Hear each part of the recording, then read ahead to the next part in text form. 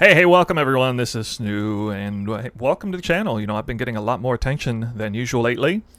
I'm bringing to you my Once a League How I Got My Headhunter video. In this case, you can see it right here. Got her nice and pretty.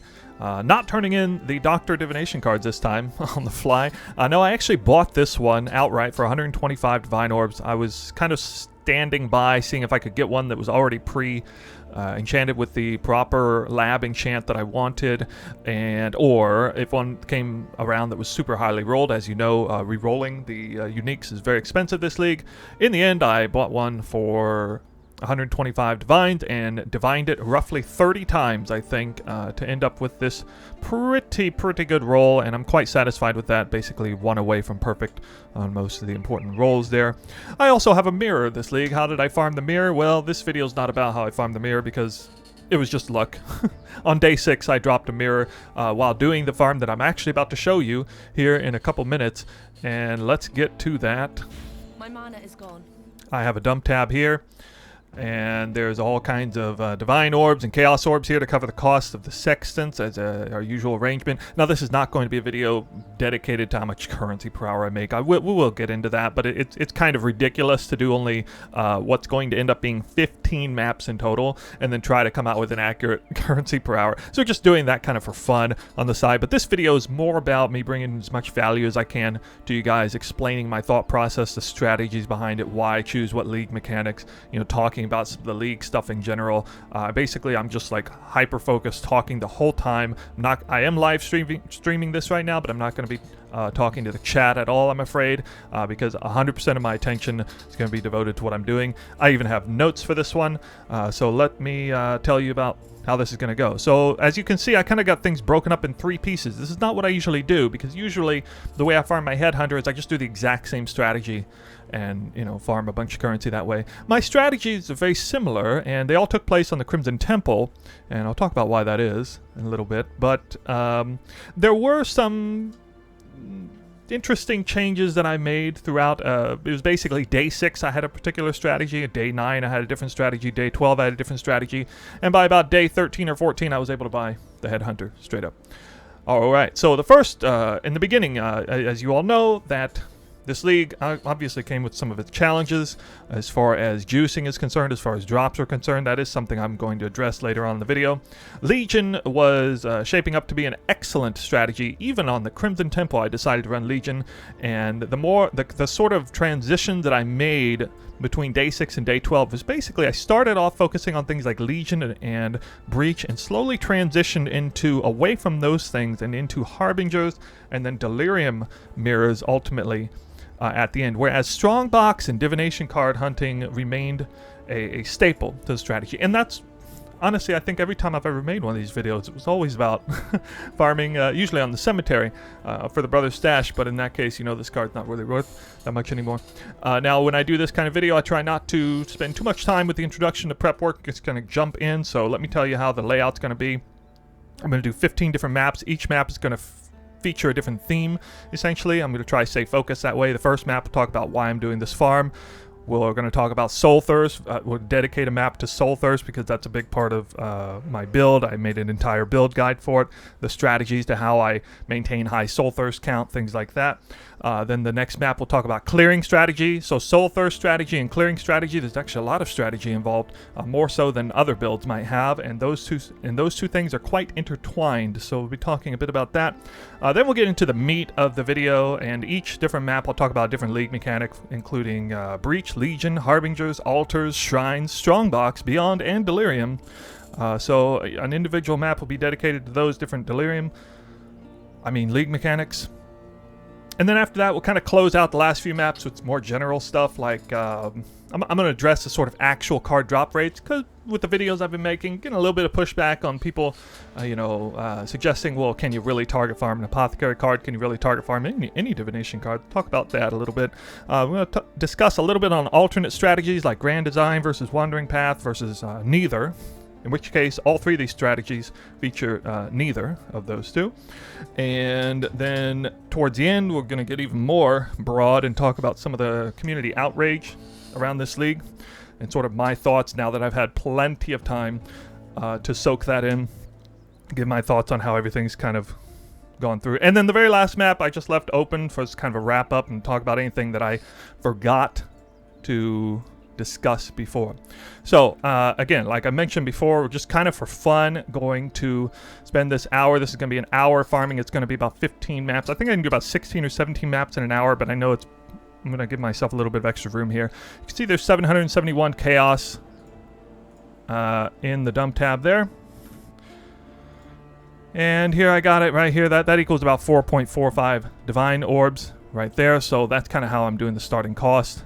Each map costs roughly 51 chaos to run with these various different strategies. I had to go in and like sort of manually look at how much each sextant costs. Yes, the sextants cost a lot more. So unfortunately, the pricing does not even reflect what it costs on day 6. So like the first strategy I'm going to run with these first 5 maps is going to be my day 6 strategy. The prices were way, way lower. I mean, polished Divination Scarabs were like 1 or 2 chaos apiece. Legions, Rusted Legion Scarabs also 1 or 2 chaos apiece. Strongbox Enraged Sextant was like 20 chaos apiece on day 6. Nobody was running it. Nobody was doing anything. Right now it costs like 70 chaos apiece. And I did, for the sake of, I guess, transparency, if you will, I am actually counting these as 70 chaos apiece with the cost. But it still only comes out to about 50 chaos per map in the end. So I'm going to have 3 different atlas trees linked down in the description below. I'm going to have my POB link there. I'm going to have my profile and everything linked in there. Yeah, let's get started here. If you have any questions, you can always ask in the comments down below. I'm just kind of doing my normal format here. I already have my atlas tree set up right and proper. Unfortunately, unusually, I will have to cut this video because at a certain point I'm going to have to go in and do some somewhat significant changes to my atlas tree between the 3 different strategies. I don't want to make you guys sit here and wait for do that, so I will be doing some cuts to the video when that happens. So please keep that in mind, and you can always check out the VOD, which will be linked, the Twitch VOD there. Now for the maps, this is an interesting one. I usually run 8 mod corrupted maps, but in the beginning my character was kind of weak on day 6. I just completed my build per the build guide around day 5, day 6, and so I couldn't run things like elemental reflect, modifiers like minus max all res was pretty rough, reduced effective auras was pretty rough. So I made sure that I did actually alch and scour a few of the maps. When I was doing maps this way, I wanted it to be 5 or 6 modded, high pack size if I could, but safe mods, because it was kind of rough. I would die sometimes. Facing off against legions, breaches, and strongbox and rage monsters, and the boss, and everything. It was just kind of tough. As you can imagine, I will be timing these runs, but yeah, basically the video will be as long as it is. And so we got the first map ready to go, and just going to go in here. I'm going to run ambush for all of these strategies. You can see this is the map right here. You can see the sextants here, and we'll talk about the individual league mechanics as we go. But the very first map I'm going to do, we're going to talk about why I'm doing this farm. So this map is going to be dedicated to talking about Crimson Temple, why I'm doing this farm. What is this farm? This farm is Strongbox, Divination card, quantity farming. Now, why am I doing this farm? Well, mainly because it's kind of my bread and butter farm. It's the one that's always given me the most amount of currency per hour. It doesn't seem to matter what kind of strategies I test, what I do outside of it. Whether it's alch and go, whether it's sort of like a legion-focused Dune strategy, it never seems to matter. It's always the most lucrative strategy. Alch and go is never going to come close. And I even got lucky and got a random invitation there. Actually, undergoing a bit of lag here. As you saw me try to go into that boss room, I got shoved back out again because I kept clicking into it and it was just getting laggy there. Now, of course, Cemetery was the place I was at. Cemetery is a much safer map to run. It's much easier to level. I'm honestly a bit unsatisfied with the fact that we're sitting here in the 2nd week. I already bought my Headhunter. I'm only level 96. Usually when I buy my Headhunter, I'm level 98. Now, part of that's because I got my Headhunter a little more quickly than usual, so I mean, there's that. But anyway, Crimson Temple, obviously a little less safe with corridors, tight corridors, having to shoot arrows around corners, not being out on a wide open map. Definitely has its disadvantages when doing these farms. You see, I try to do multiple mechanics at once to save some time. I like to try and get in and out of the maps in 3 minutes flat, if possible. So I think even if there was no change to the Exalted versus Divine Orb, I would probably still be running Crimson Temple because it's just so much more lucrative than Cemetery now anyway, because even on like the 3rd day of the league, the Apothecary card is crazy expensive. Probably one of the most expensive things in the entire game, because that's what kind of all the most elite players are spending all their currency on in the very beginning, is the Mage Blood. They're trying to farm up a Mage Blood ASAP. So it would seem that this would just naturally be one of the very best, most lucrative strategies you could possibly do, is essentially trying to target farm the high-value divination cards. Of course, the Crimson Temple comes with all kinds of different high-value divination cards. Eventually, I'll be talking about a little bit about the div card drop rates and stuff. In my opinion, if you run the map quickly and efficiently enough and you don't go crazy on the investment, this particular farm is still quite lucrative, even if you just erase the Apothecary card out of existence, and it's because it's just surprisingly high-value divination cards across the board. We have the Enlightened card, we've got Dragon's Heart like we do on every other card. We've got 7 Years Bad Luck. 7 Years Bad Luck goes up in value over time. The Enlightened card goes down in value over time, but the Enlightened card starts off high and then goes low. The 7 Years Bad Luck, kind of the reverse. So you're always kind of chasing, you know, decent cards right and left, and those cards drop quite often. Whereas the Apothecary card, obviously much more rare. Okay, so this map is basically done. It's hard for me to focus on speaking and running this map, you know, in the most efficient way possible. I would like to do that. I guess I did a pretty good job. There was no major issues here. I think the map is basically done. Honestly, there could be a Strongbox or two missing. I wouldn't really know. So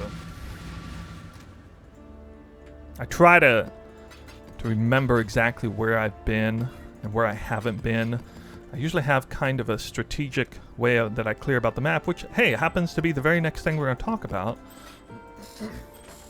in map number 2, which is coming up right around the corner. Here we go into this map now. Again, another very safe map. And so I need to put some new Sextants in here. Okay. That's good to go. Almost forgot to do that. That would have kind of ruined everything if I forgot to do this. So again, this is Legion. It's going to be at least 2 Legions on each map, at least 2 Breaches on each map. I should show the passive tree, I guess, but it's kind of stupid to do it right there. Kind of forgot to show the Atlas passive tree, didn't I? Well, that's unfortunate. We'll get to that here after this map, I suppose.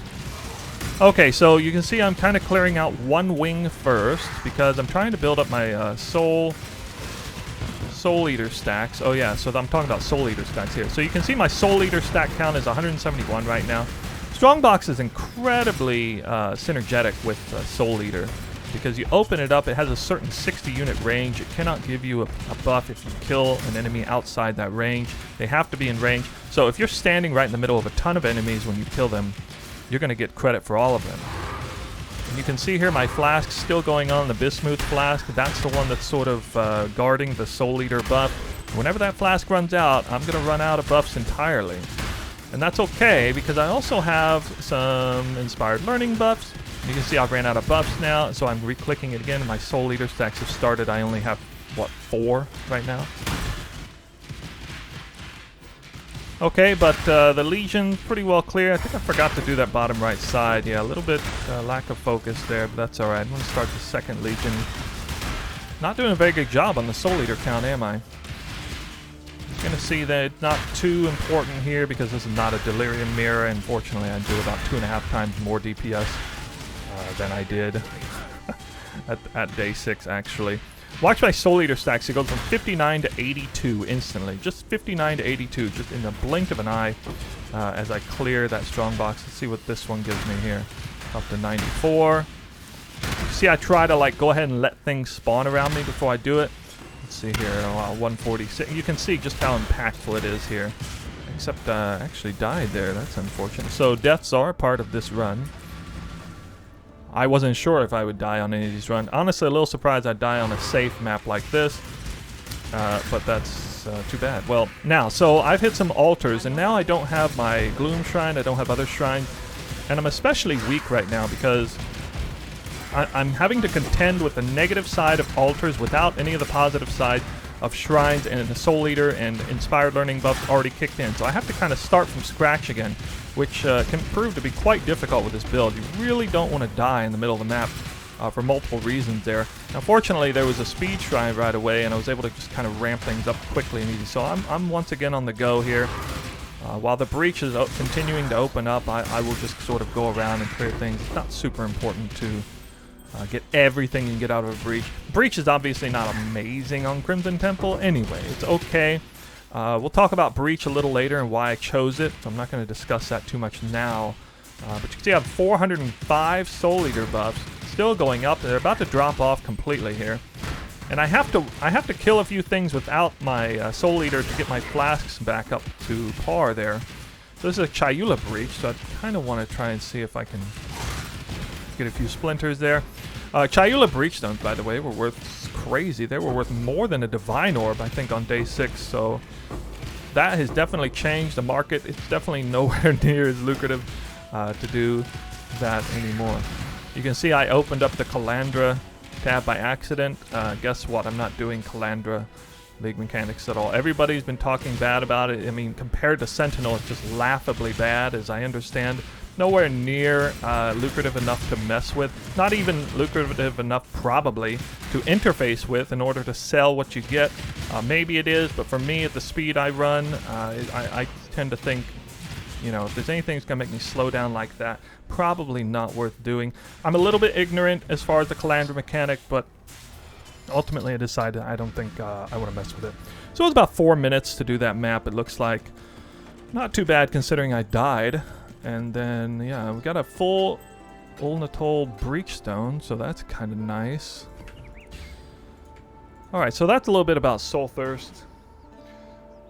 Next, we got strategy for clearing. So again, we're going to be kind of relaying the information back to Soulthirst a little bit here. So for clearing, I used to, when I had my Magic Find Raider hybrid, I'd just go straight to the boss. And I would like to do that because that's what's best for the altars, the high quality altars. Because spawning altars that may have boss things to them. But instead, now I go do the wings first because I know there's going to be some extra shrines I can grab this way.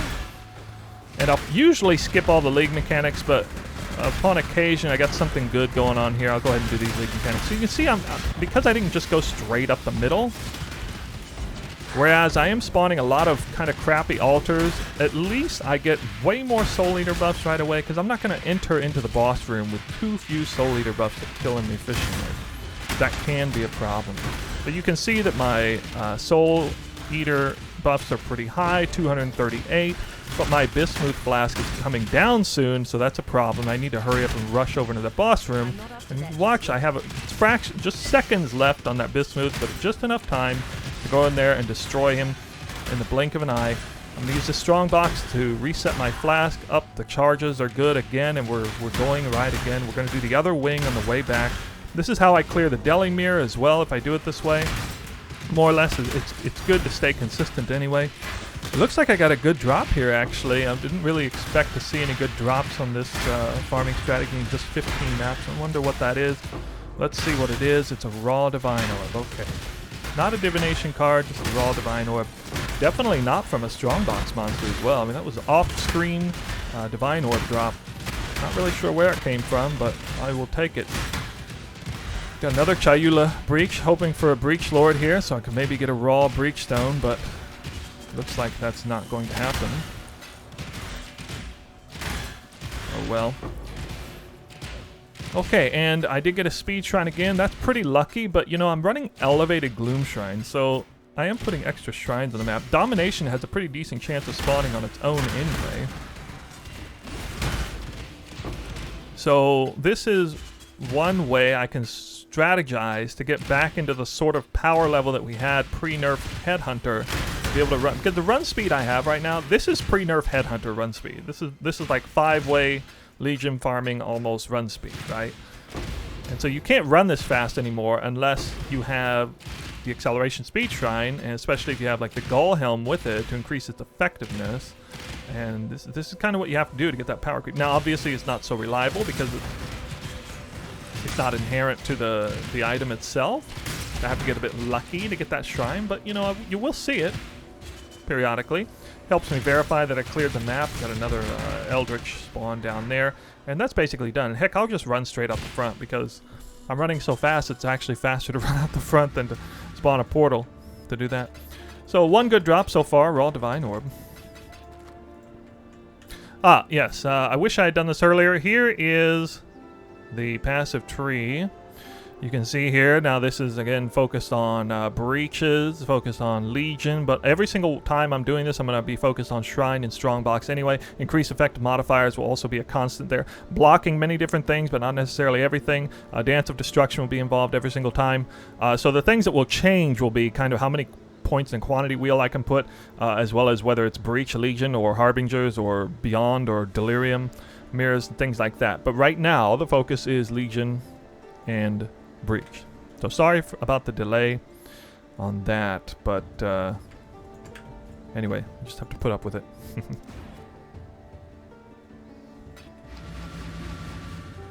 And again, the Atlas tree will be linked in the description below anyway, so it's probably not that big of a deal. Alright, so this is the next map. This map I'm supposed to talk about Breach specifically. Okay, so Breach. So the background on Breach is that initially when I did my league start, I was actually thinking I wanted to do a strategy like... I'm going all the way back to sort of like Alk and Go thought process. I wanted to do like Abyss and Breach and farm Abyss basically for faster leveling because Abyss gives you crazy amounts of additional experience if you spec into it that way. And then I would farm Breach for like focus on Chayula Breachstones, maybe also force Chayula Breaches onto the map, so there was a chance that when I was doing a strategy like this, I'd probably be doing it on Dunes and not Crimson Temple, and there was a potential that I might actually do that strategy, which would be very different than this, in order to, you know, get my Headhunter, or at least jumpstart my currency earning process. However, we learned very quickly that Abysses and Breaches were just nerfed to the ground as far as their global drops, and whereas Breach still seemed like it might be okay to farm for its league-specific rewards, the Chayula Sextant itself also cost over 1 Divine Orb. Like in the first few days of the league, it was probably the most expensive Sextant in the game at the time. Granted, tons of people want to be able to run Chayula Breaches early on because they need it for Atlas completion and things like that, but I mean, it was just wildly expensive, and I decided against it. I don't think it would have been a terrible idea, by the way. I think it would still be an alright idea, but in the end, I decided not to do it, and obviously I spec'd out of Abyss almost immediately. So yeah. As far as breaches on Crimson Temple, it's not so bad. It's actually not as bad as you think it might be. So, you know, like that breach is located right here. It's actually kind of out in the open. It's nowhere near as good as Dunes, obviously, but at least it's going to spawn all over the place because I have a super fast character, and this applies to Legion as well. I can sort of run around and hit it pretty easily. Get most credit out of there. So the assumption is that Breach monsters, when I kind of made this strategy, that Breach monsters would still be worth doing for their raw drops. Like I might get an Apothecary card out of a Breach monster, and it seems like the chances of that happening are just so astronomically low right now. It's just not a smart strategy to do. So you'll see eventually I switched out of Breach on like day 9, and so I'm kind of explaining it this way to kind of showcase this is what I was doing, and I was still making good currency doing this, but most of my currency came from Legion, League-specific rewards, as well as just raw drops and the Strongbox quantity sextant. Most of the currency, it seemed, it was definitely lackluster. Even like the amount of breach stones outside of Chayula were not worth very much, and it was honestly kind of sad. So I do not recommend, especially at this time, farming breach really in any way, unless you're target farming Chayula breaches and you're using that sextant maybe, and you're doing it on like Dunes and forcing as many breaches onto the map as you can. I may come out with a video about that actually at some point, but for now looks a little bit lackluster. And that is all I gotta say on Breach. There's nothing left to say on that. Gonna get a lot of incubators from Legion here, and if I'm not mistaken, yes, Legion is on the topic for the next map. We're gonna be talking about that here in a moment.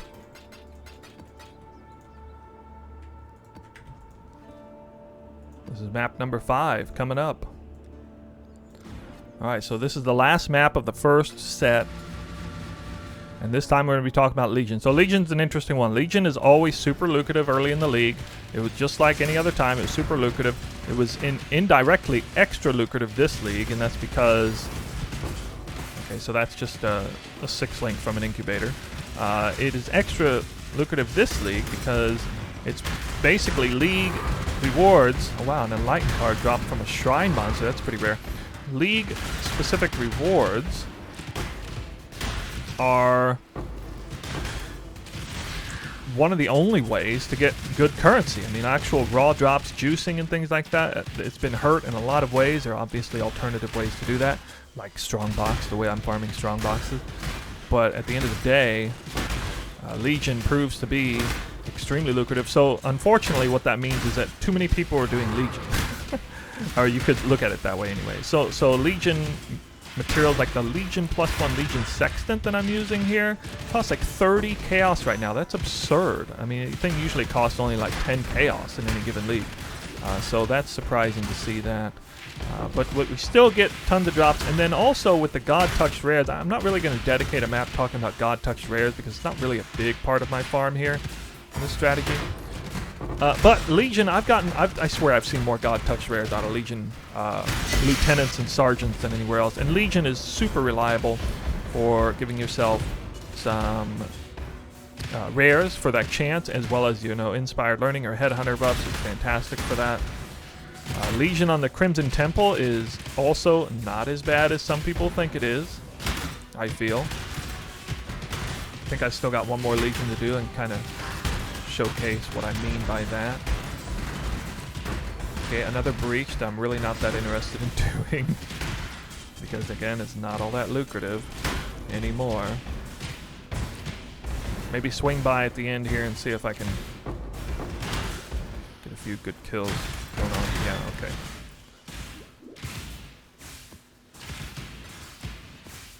Alright, there should be 2 to 3 Legions on every map with this first strategy, because, you know, it definitely is kind of focused on. I'm not using Polished or Gilded, but I guess I already used I already hit the other Legion. I don't even remember killing it. Or there really was just one. So I was just using a Rusted Legion Scarab, not Polished, because Polished was so much more expensive. I don't care about the War Horde, really. I'm just care about putting more monsters on the map, between the God Touched rares and... that and the chance to drop a Divination card. Getting an extra Warhorde, which is just a big chest that drops more splinters and emblems. That's not really what it's all about. That is kind of what it's all about in the first couple days of the league, though, admittedly. Because that's where you just get tons of currency. Just selling full Legion sets to 5-way farmers in the first few days of the league. Just make absolute bank doing that. So you can hardly go wrong farming Legion on any map tile set. Honestly, any map tile set. I did try Defile Cathedral for a hot second, and honestly did not like it for Legion. Not one bit, really. So Defile Cathedral is also really bad for Delirium Mirrors, so I think I'll be staying off that map for the most part. Alright, so again, this is where we're at on the Atlas passives, and I'm actually going to cut the video right here, and then when you come back here in a second, you're going to see the brand new Atlas. So I'm going to kind of pause the timer. You can see that the timer has been running this whole time, getting near 17 minutes there for the first 5 maps. It actually delayed starting the timer, so I'm going to let it run another minute. Here I delayed on the first map by accident. But yeah, just hang tight. The Atlas passive tree for the second round is going to be coming up here in a moment. Okay, here it is. This is the Atlas tree for the second round. I had actually forgot to mention, I was planning to express the point that, well, on day 6, my Atlas completion was not done yet. I still had 6 of the major Maven invitations, all the boss invitations not finished, and 1 or 2 Pinnacle Eldritch bosses not finished. So the Atlas completion is basically all 4 Void Stones plus all mapping related content completed.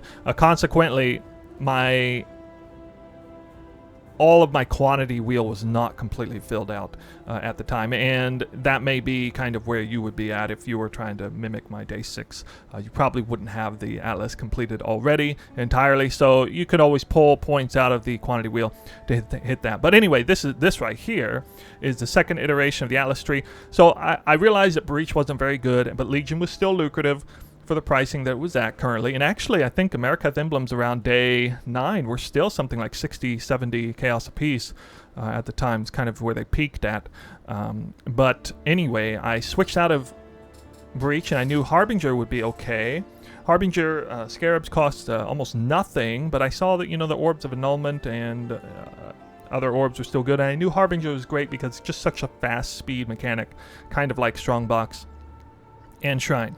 Also, with Harbinger, I would be making the map quite a bit harder, and I also wanted to do a better job leveling. So I did actually end up going with Packed with Energy and throwing Sulphite Scarabs onto the map to make it faster, easier, and for leveling, more leveling efficiency to do that as well. I started blocking Breach as well, but everything else still looks the same.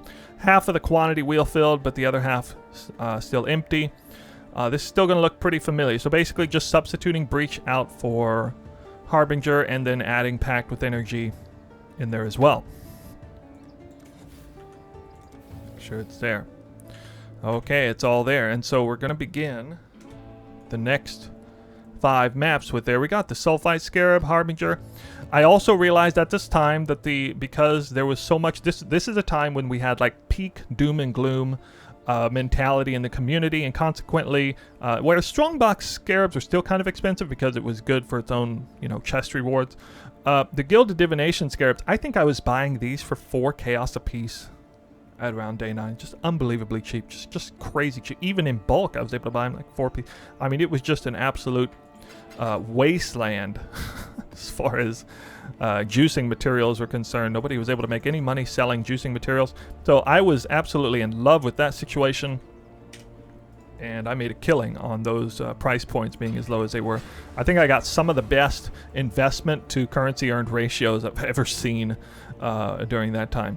Okay, so here we go. Now, this time I'm also running 8-mod corrupted maps, and in order to sustain that, around 20-25% of my maps, I need to run the maps are corrupted with 8 modifiers, and that means I needed to have, at this time I had my Atlas 100% completed. So you wouldn't really do this unless you were also, which by the way, another change, also going singular focus with a full favorite tab on the map that you want to drop. Because if you're not doing that, then this section's pretty expensive. This section is actually quite expensive now. It's like 30 or 40 or so chaos apiece. At the time, it was like 10 to 15 chaos apiece on day 9, so it didn't feel bad at all. Still doing the Strongbox focus and then the Gloom Shrine. So a whole bunch of power coming into these maps with the Gloom Shrine, as well as Elevated, and also the Packed with Energy node. And this will be map number 6, so we're introducing Harbinger on this map, so I'm going to be talking about Harbingers primarily. By the way, Delirium Mirror can potentially spawn on these. It definitely made the map more risky, so it's not really going to change how I run the map, but I am now looking for all the shrines, and I'm looking for the Sulphite nodes especially too, because each Sulphite node gives me 1% increased max all res, up to 3 total. It gives me a whole bunch of damage and movement speed too. And so right now, right this second, I'm feeling pretty strong, right? Now, if I spawned a Delirium Mirror at this point around day 9 with the gear I had, it definitely made the boss kind of tanky, because the boss is sitting around like 80-90% delirious, and so that's kind of a problem. It also, I was definitely rippy against Harbingers, and my goodness, if I spawned a King Harbinger, that was bad mojo. These King Harbingers can spawn in the corridor, in the hallways, and can make it super dangerous, especially during Delirium mirror encounters. You see I come all the way back to the front end of the mirror, and I don't want to lose the mirror, so I have to sort of jig back and forth here to get that altar. The altar is still moving. The altar definitely gets paused, or the mirror gets paused a little bit when I do some of the League mechanics, but only a King Harbinger or a Legion is going to pause the mirror significantly. Also, this is, in this situation, the one time where on the map I may not even spawn a Legion, even though I went a Legion. It's because I'm using the 8-mod Corrupted Sextant instead of the +1 Legion Sextant, and I even substituted out the Legion Scarab for the Sulphite Scarab. I mean, that's how much I cared about gaining efficiency and focusing on more on like Divination card drops and successfully leveling. I concentrated more on that than I did like Legion specific rewards or whatever. So I just couldn't really think of anything better to do with the Legion. And you'll see in iteration number 3, which will be map number 11 later on, I finally figured out what to do instead of Legion. That belt's not very good. Okay, so Harbinger is basically done. It looks like I did not spawn any King Harbingers, but there's just a few little Harbingers around. Eventually we'll see a King Harbinger. I wish I would have seen a King Harbinger when I wanted to talk about Harbingers. That would have been nice, but you're going to see at some point in the next 10 maps where there's kind of a dangerous situation. I don't know what these are called, like Prince Harbingers or something. They're a little bit better than the regular ones. But me standing right there in that corridor with him, it's quite dangerous. I would have probably died if he had been a King Harbinger if I tried to stand there. Not have been very smart at all.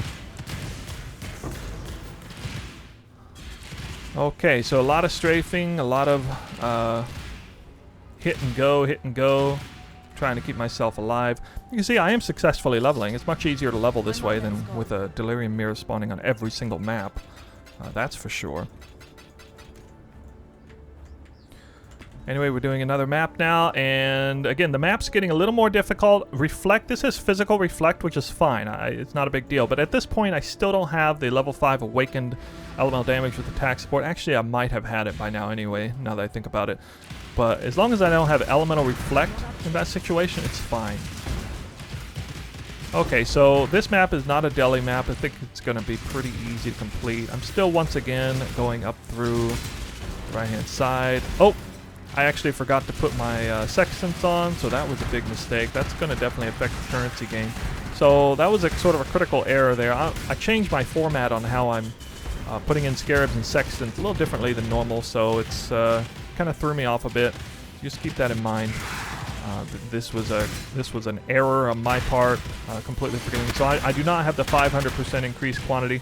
Well, check out the difference in how little stuff drops from the monsters. I mean, it's almost nothing that drops out of these strong boxes now, right? The strong boxes themselves will still drop stuff, but what the monsters basically don't drop anything because I don't have that Sextant on. They're not dropping maps, they're not dropping basic currencies, they're not dropping any kind of uniques, they're not dropping Divination cards for sure. And they're basically just treated like any old monster that doesn't have any sort of increased quantity multiplier to it whatsoever. And it shows. You can see every single one, like whether it's rare, whether it's not rare, whatever. Kirac memory, I don't think it's worth anything. Like just nothing comes out of these strong. It's almost like a complete waste of currency, actually. It almost feels like a complete waste. So I hate it when I forget to do that. Okay, at least I get a little bit of the stuff here out of this one. But this is loot just from the chest itself. I mean, that's not from the monsters. So it's, yeah, totally night and day whenever that happens. Of course, I mean, I got through the map quicker, I guess. So that's nice. But yeah, the loot, I mean, this was basically the worst map I had loot-wise. So you're going to see a complete difference here. I mean, I guess it's not all bad. I can kind of showcase just how ugly the loot is if you don't have that Sextant in it, right? And that was an 8-mod corrupted map, too. Oh yeah, I was supposed to talk about altars on that map. Okay, so on this map I'll talk about shrines, and I'll kind of talk about altars, too. So let me just get both of them out of the way here. So the influence will spawn when I kill a few monsters, especially if I kill shrine monsters quickly. There's the influence spawning, and then I'm going for shrines right away because the Gloom shrine is one that's going to make me clear quickly. I don't want to spawn shrines early because, I mean, I don't want to spawn altars early because they're gonna feature boss rewards or whatever. So it's unfortunate. But monsters have a chance to drop. X is pretty good. The best thing to hit, I think, is basic currencies duplicated is not bad. Divination cards duplicated, not bad. The best thing to hit in this farm, however, is quantity and rarity on the map. And it's not just for God Touch rare, it's also for Strongbox monsters. There's synergies there. when I talk about strong boxes, I'll talk about the synergies that take place with quantity on the map versus on gear and from the Strongbox Sextant itself. Okay, so you're going to start seeing me open some strong boxes here. You're going to see more stuff coming out. Here's a King Harbinger. I wasn't able to talk about this in the last map, so you can see how much more dangerous this can be. Especially if my phasing is down. So it ended up being not too bad there, but anyway. So just stuff is just dropping right and left from these strongbox monsters. Almost every single strongbox, when I kill the monsters, there's something that drops. I mean, it's just usually something dropping. Not 100%, but pretty dang often. There's the altar I want to see right there. I'm actually getting tons of altars. I've hit something like 9 altars here. So I've got all kinds of downsides going on. I'll tell you what I really don't want to have happen is I don't want to die here, because then I have to contend with like 9 separate altars downsides without any sort of buffs flowing through me. And that would be a problem. Since I got that Legion Sextant on there, we are going to see Legion. I got the last of the shrines here, and that's very unfortunate timing now, isn't it? Now, I think I would have not died there normally from that Ice Blast. Usually I can survive an Ice Blast without a problem. But I effectively just lost the entire Legion right there. Super unfortunate. And you know what? That did happen sometime. So I got to be extra careful now, because I got some crazy number of altar downsides that I wasn't even looking at. Now I do have a major acceleration, or I'm sorry, major resistance shrine going on right now. You can see my resistances are 90% up to like 200% because of that resistance shrine is incredibly good defensively. It's going to make surviving this Harbinger actually a cakewalk. But I may still die from like a melee attack or something. Okay, it looks like the random Legion also spawned here, so maybe I'll actually get to do a Legion even though I'm suffering from altar downsides like crazy. You can see I'm still kind of able to move through the map. Got pretty good timing with the Soul Eater stacks there. Wow, a 7 years bad luck off a Legion monster. It's pretty rare. They usually don't drop a card. I'm not really doing Legion for cards to drop off of them, so that's quite lucky actually. But you know, it's still going to happen. As you see, I'm skipping the Legion until I get at least 1 Strongbox worth of Soul Eater buffs back going on me, so I can kind of come in here and kill this Legion again. You know, I've seen a lot of God Touch rares come up with these crazy drops here, these fractured drops, which honestly I should remove from my loot filter, I think. I know some people are excited to check out fractured drops. I think it would be a waste of time at this level of play. If I had an item like the cloak from last league with how expensive some of those things were, maybe that would be worth using for these to see, you know, if I identified fractured +1 additional arrow and quiver or something like that. But anyway, for now, no. Definitely not going to mess with that. So that map's done. Another good lucky drop, and I knew at some point I was going to hit the max level on these gems. So check this out. This is actually another important thing. This is how I make a lot of extra currency on the back end.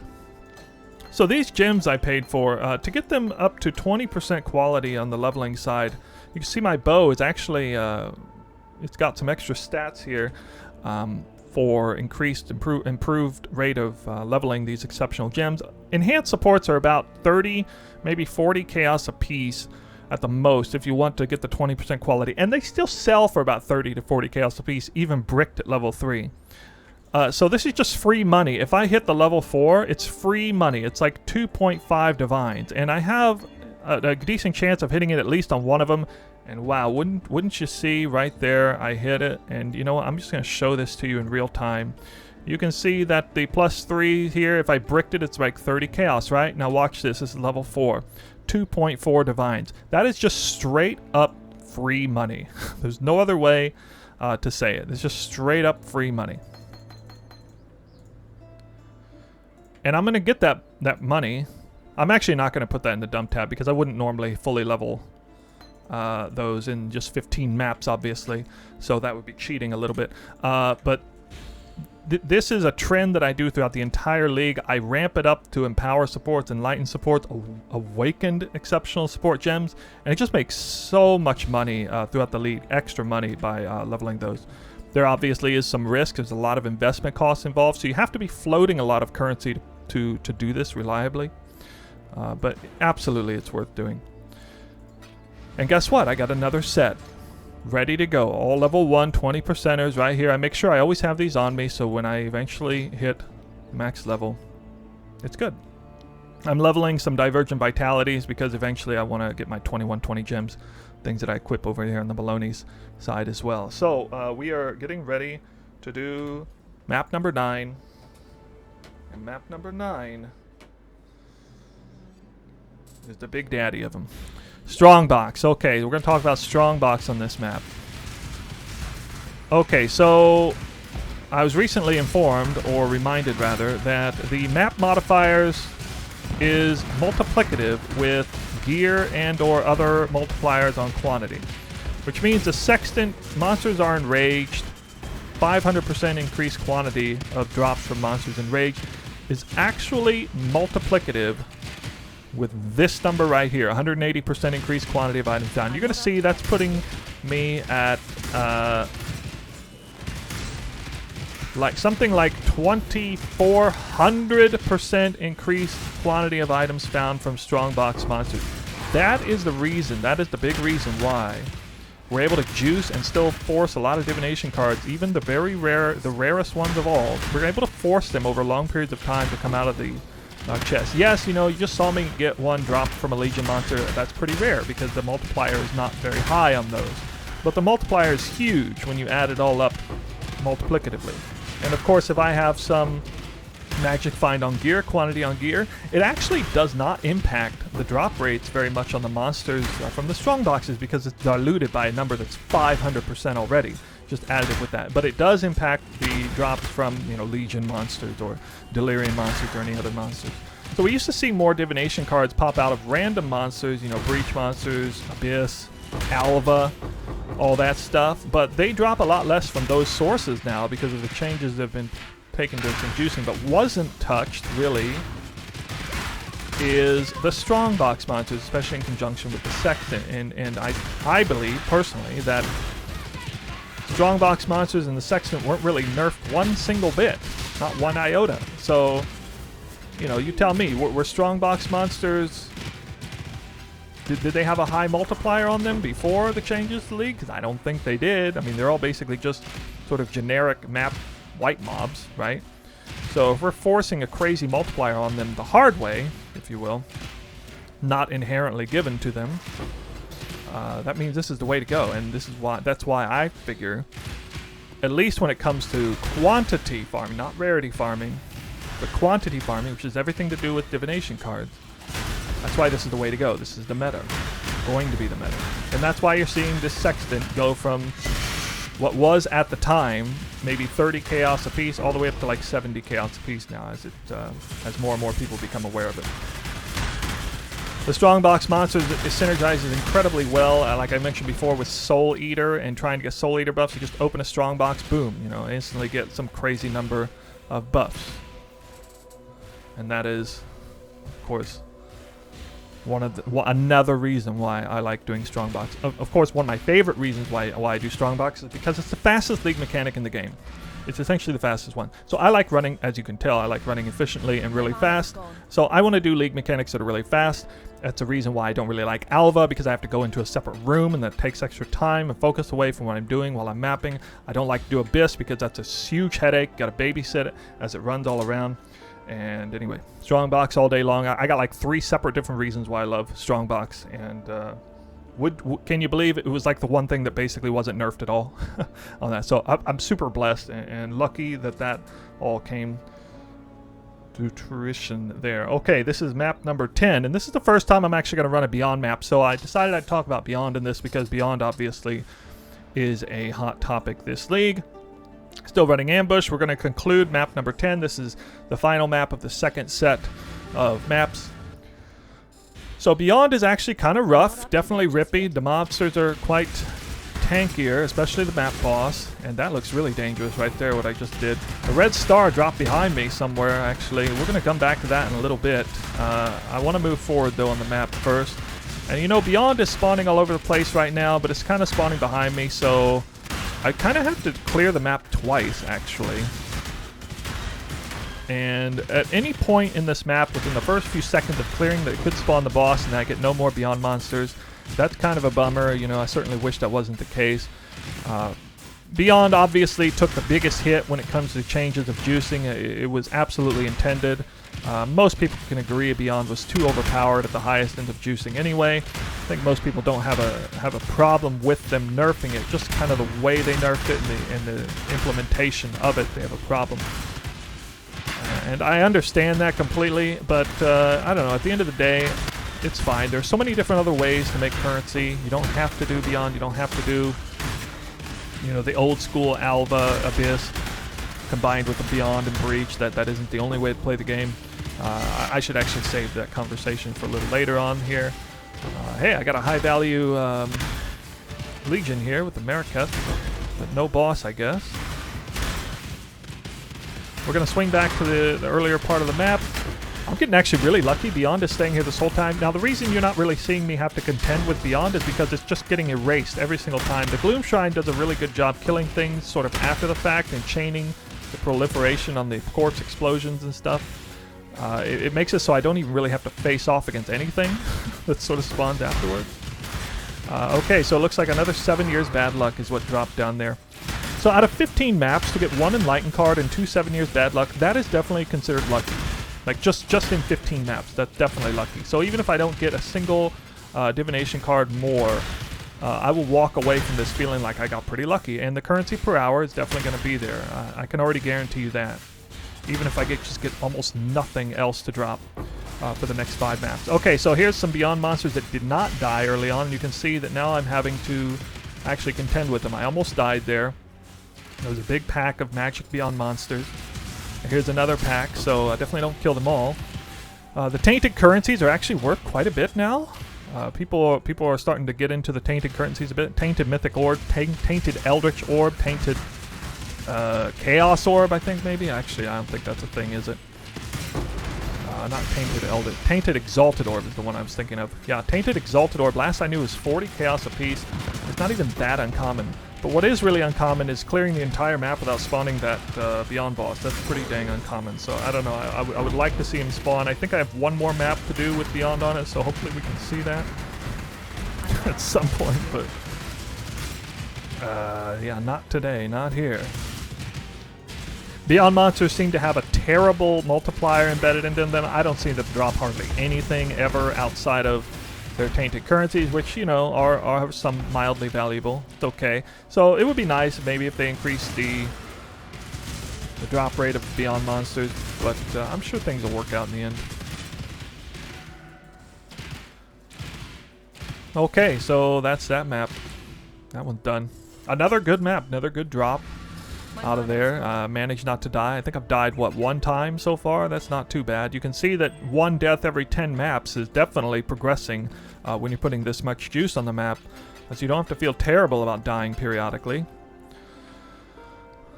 Okay, so yeah, we're getting ready to do the 3rd and final round, and again, this is the Atlas passive tree for me kind of switching from Breach into Harbinger and then getting packed with energy to help give myself some survivability as I was gearing, as I was going through that rough spot of trying to make a lot of currency per hour, juicing maps when my gear is just not quite up to snuff. Now, my gear is up to snuff currently, presently, so it's a little bit misleading, you know, how easy I am clearing the maps. It's definitely a little bit rougher before, but there's not really anything I can do about that at this point in the map. So hang tight here. We got part 3 coming up right around the corner.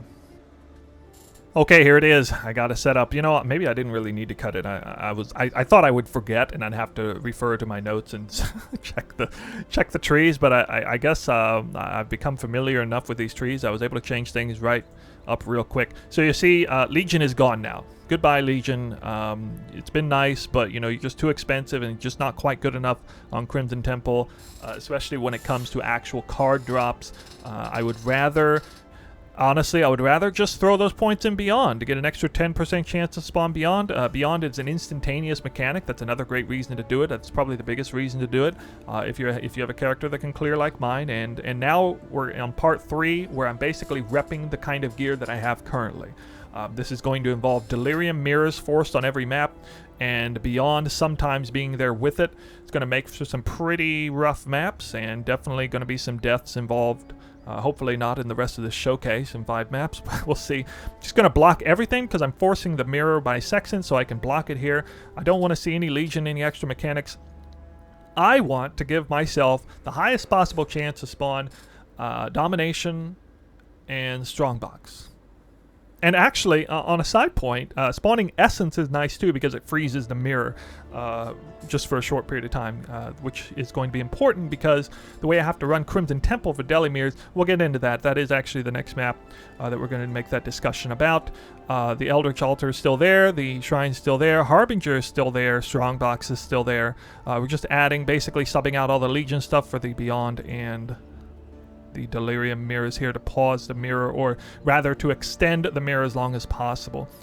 Dance with Destruction still there, still got singular focus. And I also did have to put a point in tamper proof. I'm going to explain why that is here. That's because when I need to substitute the 8-mod corrupted maps Sextant, I can't sub it out for a Legion anymore. I'd have to sub it out for a Deli mirror anymore. But I think a Deli mirror is more valuable than 2 additional strong boxes, or even 3, even at the cost of an extra Atlas passive. So it's for the luxury of being able to swap out and not worry about that. I lose 2 strong boxes, I get to keep the Deli mirror, and then I can also run the 8-mod corrupted Sextant there, and that's what we're going to do on this first map.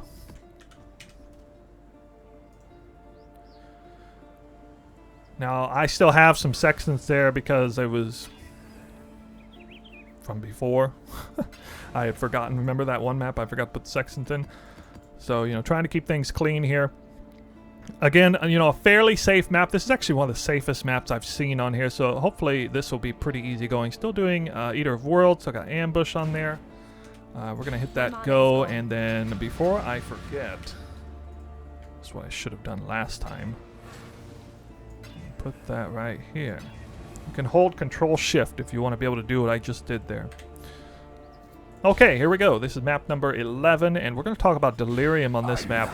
So I'm still clearing out the wings first. It's very, very important that I find the shrines ASAP. This is really dangerous stuff. I get my action speed slowed down pretty bad in the mirror. I can get stunned, although I'm actually stun immune now. That is crazy right there. I don't really want to go into that, right? But the shrines are all guarded by an enormous pack of monsters, and it's just the way it is.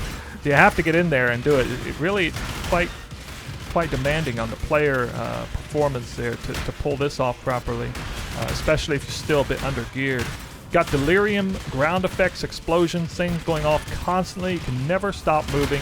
If you want to run Delirium with this build, I mean, you are flying at the seat of your pants, and you better have fun doing it, because otherwise it's just going to be a miserable experience. And that is super, super sad that he is left with that much life.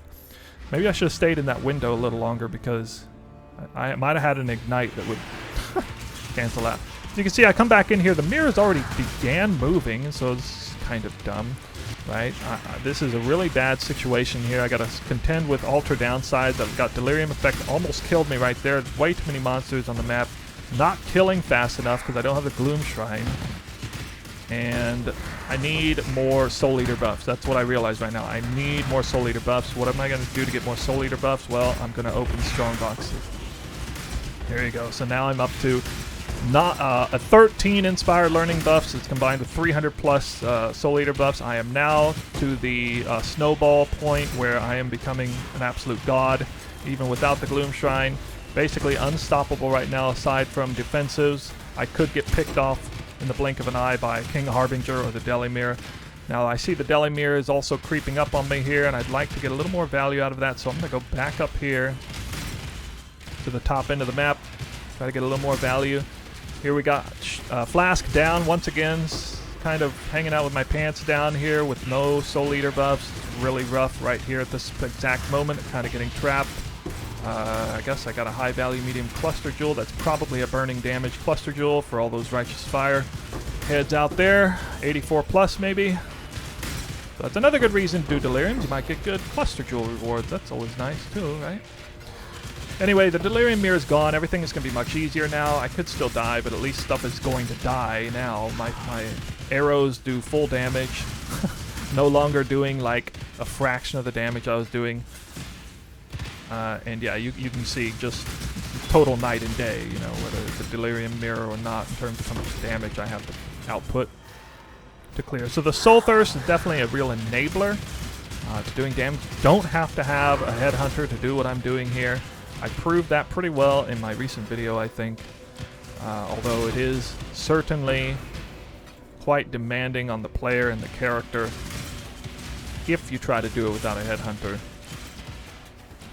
Don't really recommend it, but if you want to put yourself to the test, doing my build, it's a good way to do it. And in my opinion, the way I like to play video games, I'm up for a challenge like that. I suspect there's some of you who are watching this who appreciate, you know, a more challenging way to play the game. Knowing that this isn't the ultimate way to play the game the whole way through. Because of course I don't want to run maps all league long and have to focus this hard and try this hard on the map.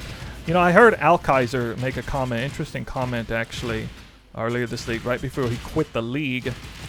He had said no player wants to play 15, 16 hours a day, like hyper focused, you know, afraid at any split second they're going to die, take forever to kill stuff. And, you know, I couldn't agree more with that comment. So, unwittingly, I realized what I set out to do at the beginning of this league was to make a character that could handle a situation like that, but also allow for a way to strategize running the map with certain league mechanics, certain things I'm doing that would make it so that if I do everything right and I don't mess up, I no longer have to focus that hard. I mentioned earlier that I'm sort of, you know, I became a god in that moment or whatever. Well, in that moment, I can relax a little bit. I don't have to focus quite as hard on avoiding mechanics like I'm trying to do with this one little rare monster that came out of there. So unfortunately, Deli mirrors take a little longer to complete, so it definitely slows you down a bit. Let's check out this cluster jewel. I'm curious. So yeah, this is okay. This is just I guess even these item level 75. This is a 35 chaos cluster jewel. Actually, that's quite good. Definitely gone up in value there. I did get one map back. Not very good to only see one map back. But anyway, okay, so that basically concludes all of the sort of league mechanic comments that I'm going to make specifically about the league mechanics. Get into final topics here. This map, I'm going to talk about the actual drop rates of these cards.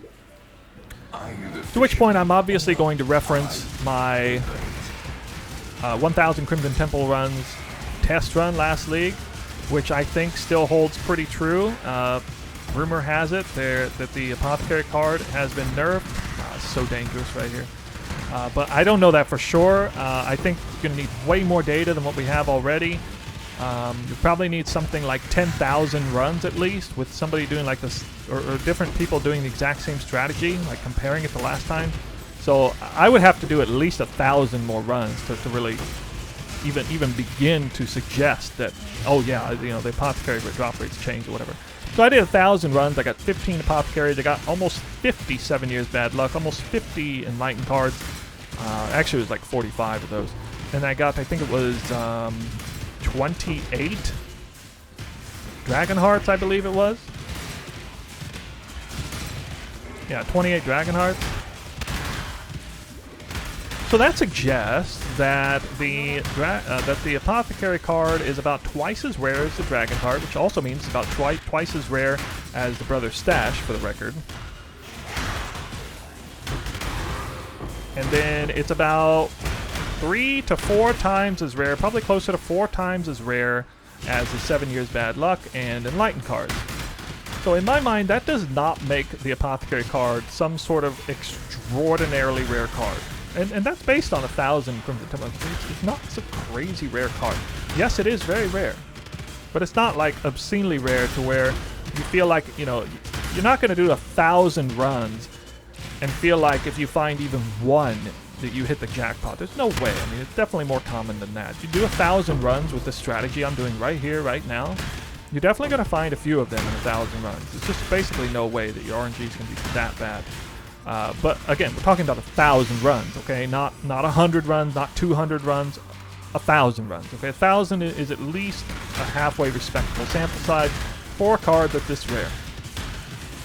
So please keep that in mind. If you have an issue with what I'm saying about the drop rates on it, I do fully admit it's a rare card. I don't think it's obscenely, almost non-existent rare, but it is very rare. And when I'm talking about, you know, how many maps do I need to do in order to expect to see it, I'm talking about like in the thousands. I'm gonna get a good sense of its drop rate when I do thousands of maps. And I get it, you know, no one individual person wants to do thousands of maps to find it. But you know, it is what it is. It is that rare. Thousands of maps is what it's going to take. I think at this point in the league I've found 2 Apothecaries and I've done somewhere around 400 maps. Now there's varying different levels of juice and not every single one of them was this juicy. So, you know, it's not really fair to say, oh, you know, I'm only getting 2 and 400 maps, because it's definitely, you know, running like legions and stuff is definitely not going to see as many Apothecaries as opposed to like a Delirium Mirror, for example. So I don't know, it's hard to say still, but right now I'm seeing, again, about 2 in 400. That's definitely a little below average, but it's still not a big enough sample size to really know for sure if it was nerfed compared to last league. And again, that's only my opinion, but I think I've tested this sort of stuff out more than most people, and I'm just letting you know what my findings are on that. Alright, so let's talk about, okay, possible alternate strategies. We do have the Grand Design Keystone and the Wandering Path Keystone. Let's talk about Grand Design first. I think Grand Design is a wonderful keystone at League Start. It helps you juice up the map without making it more difficult. In my opinion, Grand Design should pretty much only be reserved to increase pack size on a map that you otherwise want to have a low number of modifiers on. So I want a 4-modded map that comes with a baseline 15% pack size. You know, kind of pretty small. Nothing special, right? Well, but I want to have higher pack size, but I don't want to pay the price of making the map harder. That's where Grand Design is going to come in as a strength, right? And so that's what I did with one of my recent strategies on Mesa. I used Grand Design on basically a Alk and Go style strategy. It featured Essence. It was mainly focused on altar farming, and it worked out really nicely for that. As far as using Grand Design for Divination card farming, I don't really recommend it, to be honest. I don't think it's going to be a good bet. Maybe if you want to do that for like first day or something, but the problem is we're relying too heavily on quantity, so really don't want to run a map that isn't juicy on the quantity side of things as well. So I'm not saying you can't do it. It's just smarter, I think, to run higher maps. In fact, to run 8-mod corrupted maps if you can. Obviously would be best. And so that's why I'm not running Grand Design. Now, there's also Wandering Path, which does the opposite of Grand Design. Basically makes all your maps way harder, and you're able to double dip in the difficulty of the map, as well as getting the extra quantity and pack size, while paying the price on some notables. So you have to kind of be wary of what league mechanics. You're going to get fewer league-specific rewards, basically, which actually I don't care that much about league-specific rewards when I'm farming at this level, right? It's not really what it's about. I mean, I've given up Legion, for one thing, because I've stopped caring so much about league-specific rewards. I can't really keep up with the just the pure currency that I get from simply running the map faster, more efficiently with things like Shrines, Strongbox, Harbingers, these very fast league mechanics enable me to get in and out of a map ASAP, and a Legion, it's just going to take too much time for how much currency it's giving me. Unless, you know, I'm doing it on like Dunes and all in with like the Sextant to duplicate the splinters, things like that. Which I'm not doing, obviously, because I don't have a space for that Sextant with this strategy. On a side note, this map was much better performed as far as the Delirium Mirror, basically fully cleared it. That was primarily on account of the movement speed shrine, definitely an enabler when it comes to successfully doing a Delirium Mirror. So that is what a good map clear looks like. Manually end the mirror and get out of here. So Wandering Path is a great idea, and I'm definitely going to do Wandering Path in the future. It requires a stronger build. I don't recommend Wandering Path if you're not wearing a Headhunter, so I'm waiting until I have the Headhunter. Guess what? I have the Headhunter now, so that's definitely going to be something on my radar coming very, very soon. Okay. Oh boy, next one's a spicy one. All right, so we got the spicy topic coming here. This is about community outrage. All right, so as you can all pretty well see, that I'm very much enjoying this league. I've never really once suggested that I'm not enjoying the league. I have kind of shied away from criticizing GGG. Definitely not gotten on the bandwagon of you know, the problems they've had. Oh look, it's a boss in a Deli mirror. Kind of a problem, right? Anyway, staying on topic. So I would like to just say that if somebody doesn't enjoy playing the game, they absolutely should stop playing the game. I mean, I don't think anybody can disagree with that. But they might want to be a little bit cautious about sort of the kind of energy they put out there to the rest of the community if they're talking about the game and how good or how bad it is. There is such a thing as being a shill. That is a thing, and consequently there is such a thing as the opposite of being a shill, of being just an absolute doom and gloom prophet. You know, a false prophet, basically a doom and gloom false prophet, if you will. And I don't like seeing either of those things. I don't like seeing somebody being a shill. I don't like seeing somebody being a false prophet for clicks. And I don't really have much of an issue if somebody wants to sort of tap into the negative energy. Another 7 years bad luck, jeez. So I found 3 7 years bad luck. That's supposed to be almost 1 Apothecary in drops for compared to those cards, by the way. Anyway, again, back on topic. But what I do kind of take an issue with is if a streamer with quite a bit of influence is going to talk about this game in a negative way, they need to be honest about it. First of all, they need to at least try to find something positive thing to say. Otherwise, it just makes it sound like the entire game is just ruined or whatever. And it's bad to leave people with that impression. This is just not right? I think most streamers do a fine job on that. But what I have seen this league especially is I've seen streamers jump on the bandwagon prematurely before they really fully understand what was going on. And even that is forgivable.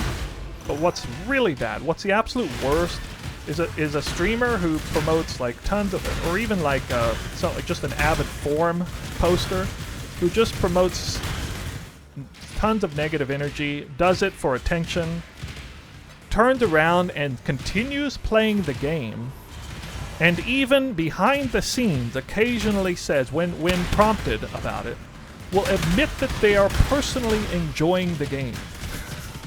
That is what I cannot get out of my head. Whenever, especially when a prominent streamer does something like that, which I have seen a few, not going to name names, that really does get under my skin, because I wish that kind of person would just be honest with themselves, be honest with their community. And, you know, if they're the kind of player who likes the game to be harder personally, on a personal level, then embrace it, you know, just say it. And you can say, well, you can say things like, well, a lot of people are upset, and here's why they're upset, and just being straightforward about it. That's fine. But, you know, if you want to advertise that you think the game is in a terrible shape for one reason or another, and yet you're on the backside playing the game and enjoying it like any other league, I kind of do have a problem with that. So I have been rather positive this league. Not because I'm trying to push back so much against the narrative. That's not why I've been positive this league. I've been positive this league because I'm positive.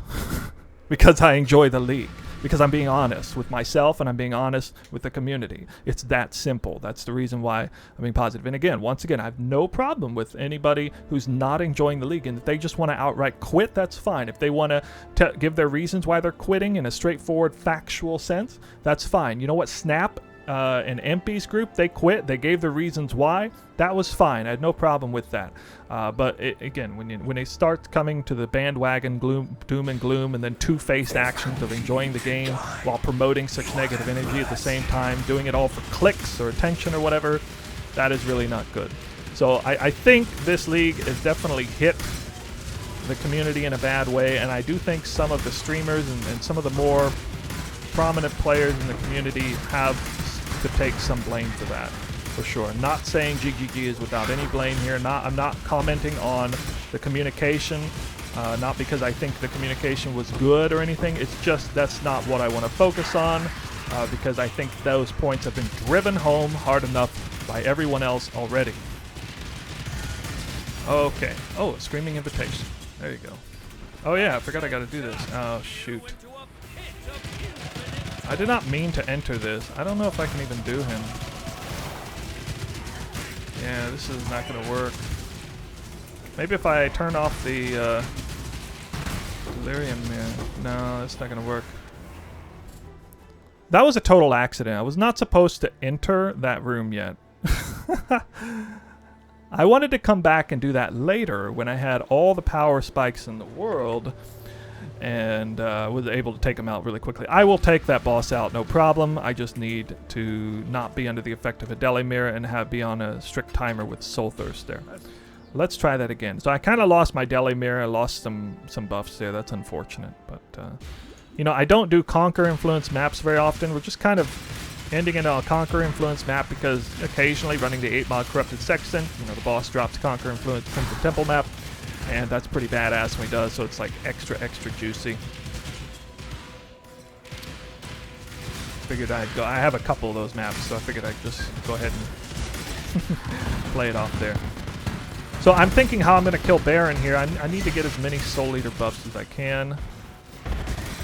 Kind of give myself one chance here with maximum power thresholds. Okay, this is a Diamond Shrine. I'm not up to that yet. I think I'm good. I think I can go up here and probably wail on him pretty hard. Let's find out.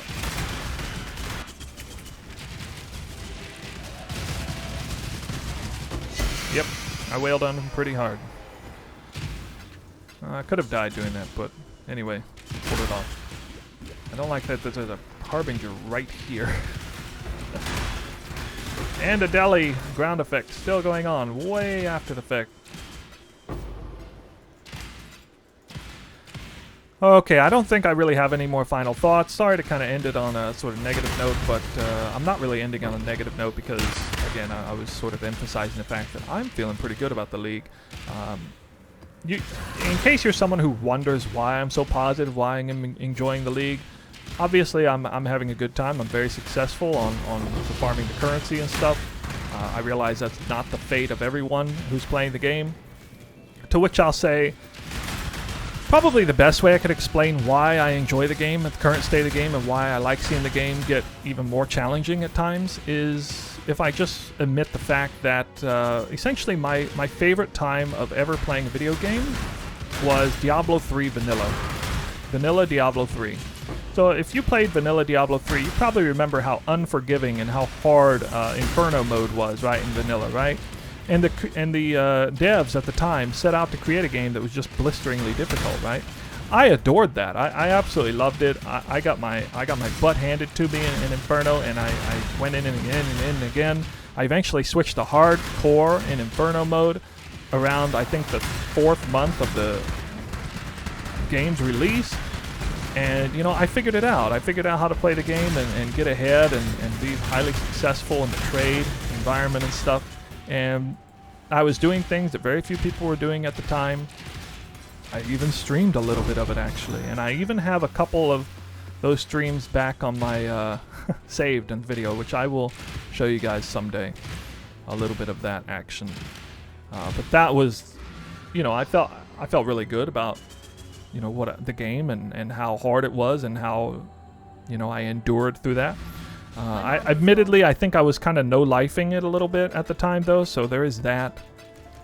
But hopefully that kind of shows you a little bit about me and why I like that. Hey, guess what? It's all done. All the maps are done.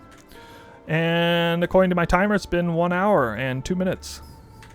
1 hour and 2 minutes. So we're going to look at this approximately 1 hour session.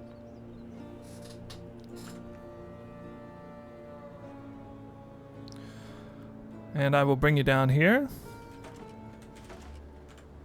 So you can see the dump tab.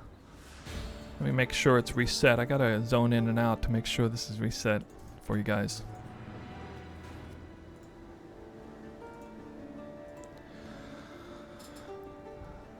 Okay, so started with 4.45 divines in investment cost, total investment cost. You see I got 3 7 years bad luck. That's the high note. Only 1 divine orb. Did I not get it? Oh, wow, I didn't get any exalted orb.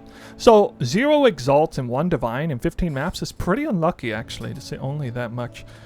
But that's all right. So the Screaming Invitation's also there, kind of pumping up the value a little bit more than normal for 15 maps, I guess. 18 Crimson Temple maps when I played 15, right? Got 1 fortunate Maven invitation. That's going to happen sometimes. Wow, Ulnatol's Breachstone is actually 33 Chaos. I didn't realize that. Anyway, that's all there if you want to take a look at it. These results, I think, are slightly above average. All things considered, like less on the divines, like 0. I don't think I got anything as far as uniques are concerned. Not a single unique is, yeah, that's a little bit rare, but uniques are hard to get these days. So let's go in and let's see what this equals. I tagged divines at 173 a piece.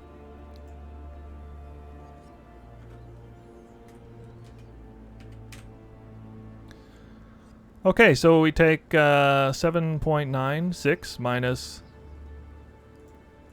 4.45. Not all that high, is it? Divided by like 1.05, something like that. Okay, so you can see that I only made, it seems kind of hard to believe, but I only made about 3 divines an hour right there in that session. And a big reason for that is because I was going a bit slower than normal. Like I said, I do actually do 16 to 17 maps an hour, not probably more like 17 maps an hour, that rate, even with the Delirium Mirror. Doing Breach, almost complete waste of time, waste of currency. Doing Legion at this point in the Crimson Temple is not very smart at all. Delirium, you're getting a lot of extra currency per hour that way. If I were to normalize the Apothecary drop rates, you would have seen that I made huge currency per hour. Getting 3.7. Actually, let's do that here. Let's just see. A little curious on this.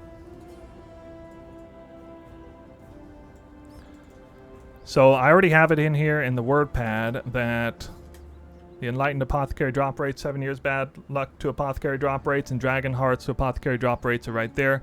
So 0 Dragon Hearts, so that's going to drive it down there. 1 Enlightened. 4. And 7 years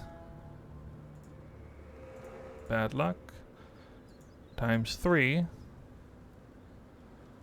Okay, and then we add the 0.254, and then we divide this number by 3. And it is suggesting, and this is why I said I was lucky, because it basically, according to my own drop rates from 1,000 Crimson Temple maps last league, I essentially dropped 0.36 Apothecary cards in 15 maps. Yeah, that's a little lucky. You know, normally it would be like 0.25, maybe 0.2, 0.25, not 0.362. So the Apothecary card is, I don't know, worth what like 40 or something. So you can see there, if I had gotten that much value out of the Apothecary, again, this is kind of normalizing the results to try to figure out kind of a long-term currency per hour threshold that it would be. 14.5 plus 7.96 minus 4.45 is 18 divines an hour. And obviously that's kind of crazy that, you know, the Apothecary would have that much influence on it. But again, I think I got a little lucky here, so it's not really like 18 divines an hour with the current investment cost. The investment costs have gone up quite a bit. You know, I think, like I said, the amount of gross the amount of gross that I made there in the 15 maps with the strategies I was doing is actually pretty high. It's the amount of investment is like twice as much as what it normally is right now because of the videos that came out. So I think currently right now I'm probably earning around 10 to 15 divines an hour counting Apothecaries. Not counting Apothecaries, it's somewhere between 5 and 8 divines an hour with current pricings with this strategy. So it's definitely taken a big hit. Again, if this had never been advertised or whatever, I'd be strolling around with easily 10 to 20 divines an hour, you know, whether I counted Apothecaries or not.